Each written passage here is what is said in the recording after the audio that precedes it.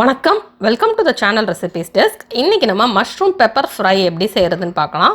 இது சாதத்தோடலாம் வச்சு சாப்பிட்றதுக்கு ரொம்ப நல்லாயிருக்கும். இது செய்கிறது ரொம்ப ஈஸி தான்.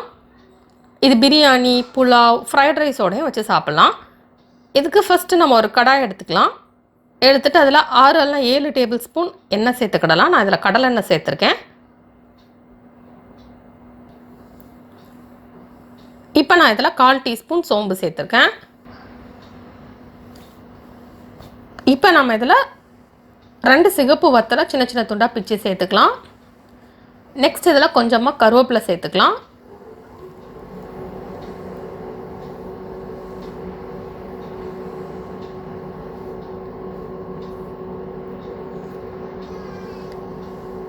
நெக்ஸ்ட் இதில் சின்ன சின்ன துண்டாக நறுக்கி வச்சுருக்கிற சின்ன வெங்காயம் சேர்த்துக்கலாம். 25 சின்ன வெங்காயத்தை சின்ன சின்ன துண்டாக நறுக்கி சேர்த்துக்கலாம். இதுக்கு பதிலாக நம்ம 2 பெரிய வெங்காயம்னாலும் சேர்த்துக்கலாம்.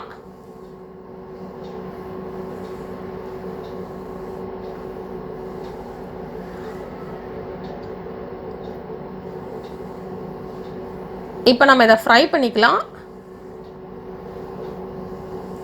சின்ன வெங்காயம் வந்து நல்ல சின்ன சைஸில் இருந்தால் நீங்கள் நிறைய சேர்த்துக்கலாம். கொஞ்சம் பெரிய சைஸில் இருந்ததுன்னா நீங்கள் 10 சின்ன வெங்காயம் கூட சேர்த்தா போதும். இந்த சின்ன வெங்காயம் சேர்க்குறப்போ இந்த டேஸ்ட் வந்து கூட கொஞ்சம் நல்லாயிருக்கும். வெங்காயம் வந்து நல்லா ப்ரௌன் கலர் ஆகட்டும்.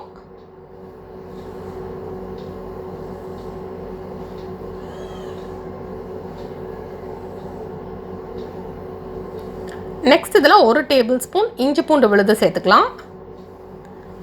சேர்த்துட்டு அதை நல்லா மிக்ஸ் பண்ணிடலாம் வெங்காயத்தோட.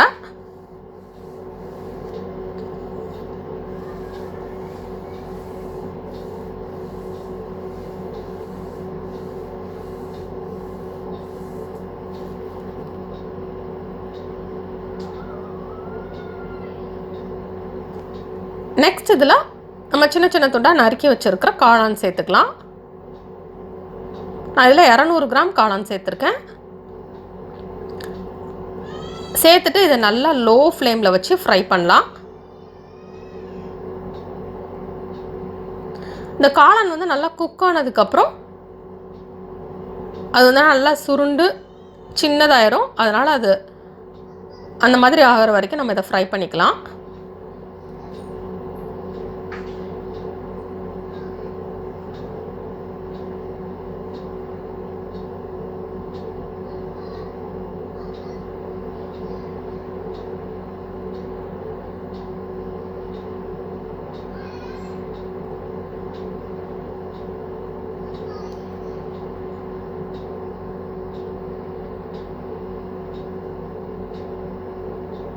இது அடி பிடிக்காமல் இருக்கிறதுக்காக அப்பப்போ நம்ம மிக்ஸ் பண்ணி விட்டுட்டே இருக்கலாம்.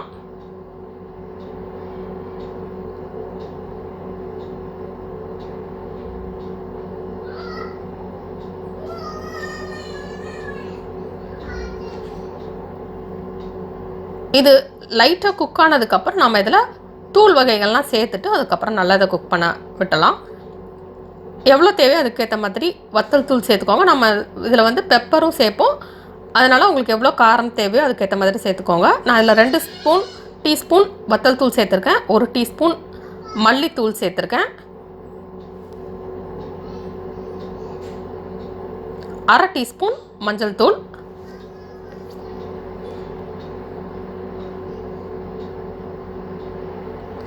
நெக்ஸ்ட் இதில் 1/2 டீஸ்பூன் சோம்பு தூள் சேர்த்துக்கலாம். இது வந்து நல்ல ஒரு ஃப்ளேவர் கொடுக்கும். இப்போ இது எல்லாத்தையுமே நல்லா மிக்ஸ் பண்ணிடலாம். லாஸ்ட்டாக நம்ம மிளகுத்தூள் சேர்த்துக்கலாம்.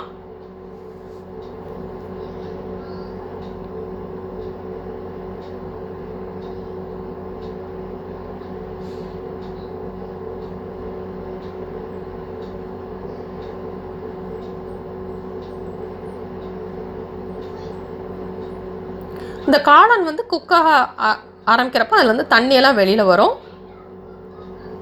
அதனால் இதில் வந்து தேவைப்பட்டதுன்னா நீங்கள் ரொம்ப உங்களுக்கு மசாலா ட்ரையாக இருந்ததுன்னா லேசாக தண்ணி தெளிச்சுக்கலாம். ரொம்ப தண்ணி ஊற்றாதீங்க. ஏன்னா காளான் குக் ஆகிறப்ப அதுலேருந்தே தண்ணி வெளியே வர ஆரம்பிக்கும். இது வந்து ஒட்டாமல் இருக்கிறதுக்காக நம்ம அப்பப்போ இதை மிக்ஸ் பண்ணி விட்டுட்டே இருக்கலாம். இது நல்லா குக் ஆகி நல்லா சுருண்டு வரணும். அது வரைக்கும் நம்ம இதை குக் பண்ணிக்கலாம்.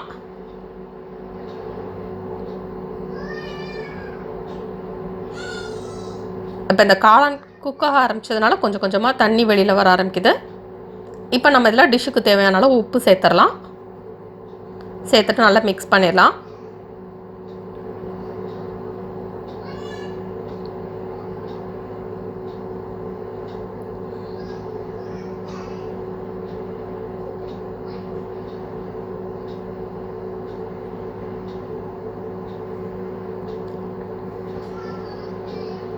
இப்போ இதில் தேவைப்பட்டது அப்படின்னா நீங்கள் கொஞ்சமாக தண்ணி தெளித்து விட்டுக்கலாம்.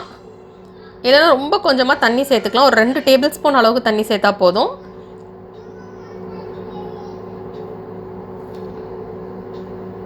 இப்போ நல்லா லோ ஃப்ளேமில் வச்சு நம்ம இதை குக் பண்ணிடலாம்.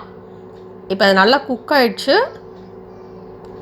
இப்போ இது நல்லா குக் ஆனதுக்கப்புறம் கடைசியாக நம்ம ஃப்ரெஷ்ஷாக அரைச்சி வச்சுருக்கிற மிளகுத்தூள் சேர்த்துக்கலாம்.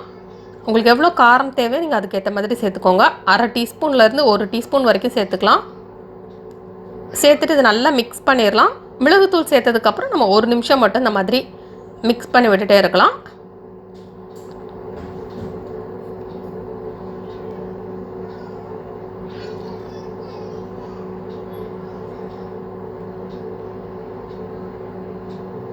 நல்லா லோ ஃப்ளேமில் வச்சு நம்ம இப்படி மிக்ஸ் பண்ணி விட்டுட்டே இருக்கலாம்.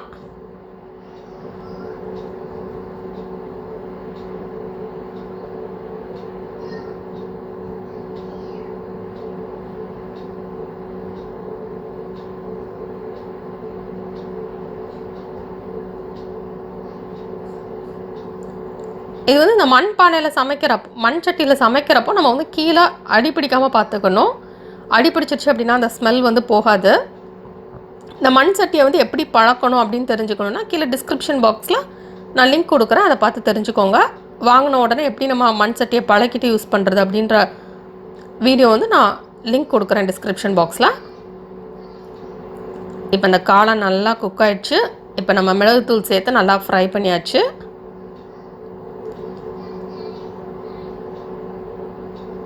இப்போ நம்ம செக் பண்ணிடலாம் காளான் குக் ஆகிடுச்சாலும். நீங்கள் ப்ரெஸ் பண்ணி பார்த்தீங்க அப்படின்னா கையை வச்சு ப்ரெஸ் பண்ணுறப்போ அது வந்து நல்லா அமுங்கணும். இப்போ இது நல்லா குக் ஆகிடுச்சு. நம்ம போட்டது வந்து பார்த்தீங்கன்னா அப்படியே ஹாஃபாக ரெடியூஸ் ஆகிருக்கும். அது குக் ஆனதுக்கப்புறம் அந்த மாதிரி நல்லா சுருண்டு வந்திருக்கும். இந்த மாதிரி ஒரு ஸ்டேஜ் வர வரைக்கும் நம்ம இதை குக் பண்ணிடலாம். லாஸ்ட்டாக இதில் சின்ன சின்ன துண்டாக நறுக்கி வச்சுருக்கிற மல்லி இலை சேர்த்து மிக்ஸ் பண்ணிடலாம். இப்போ நமக்கு சுவையான காளான் மிளகு வறுவல் ரெடி. இது சாதம், பிரியாணி, புலாவ், ஃப்ரைட் ரைஸோடலாம் வச்சு சாப்பிட்றதுக்கு ரொம்ப நல்லாயிருக்கும். இது சூடாக சாப்பிட்றதுக்கு ரொம்ப நல்லாயிருக்கும். இந்த ரெசிபி நீங்கள் வீட்டில் ட்ரை பண்ணி பாருங்கள். இந்த ரெசிபி உங்களுக்கு பிடிச்சிருந்தா லைக் பட்டன் கிளிக் பண்ணுங்கள். உங்கள் ஃப்ரெண்ட்ஸோட இந்த ரெசிபியை ஷேர் பண்ணுங்கள். மறக்காம இந்த சேனலுக்கு சப்ஸ்கிரைப் பண்ணிவிட்டு பக்கத்தில் இருக்கிற பெல் ஐக்கான் ப்ரெஸ் பண்ணிக்கோங்க. அப்போ தான் நான் போடுற வீடியோஸ் எல்லாமே உங்களுக்கு உடனுக்குடன் கிடைக்கும். அதை மிஸ் பண்ணாமல் இன்ஸ்டண்ட்டாக பார்க்க முடியும். இந்த ரெசிபியை ட்ரை பண்ணிவிட்டு எப்படி வந்திருக்கு அப்படின்றது கீழே கமெண்ட்ஸ் பாக்ஸில் மறக்காமல் சொல்லுங்கள். தொடர்ந்து இந்த சேனலோட இணைந்திருங்கள் புதிய புதிய ரெசிபிகளுக்காக.